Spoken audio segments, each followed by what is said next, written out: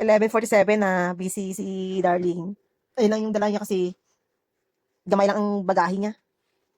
Binigyan isa pa ako sapatos eh. Ayan. So, sa ano na ako pasensya na sa makalat naming kwarto. Kasi, nag-iimpake. Para ready na siya. Bugat?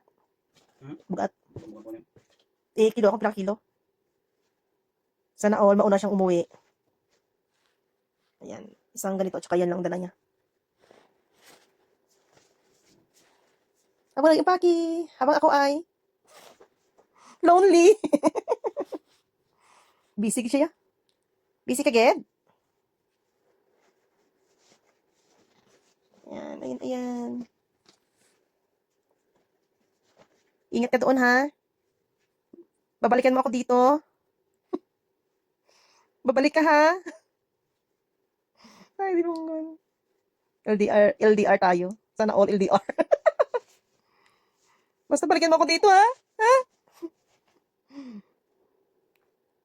Ayan siya. Busy-busy siya, mga kafati. So, yun na muna.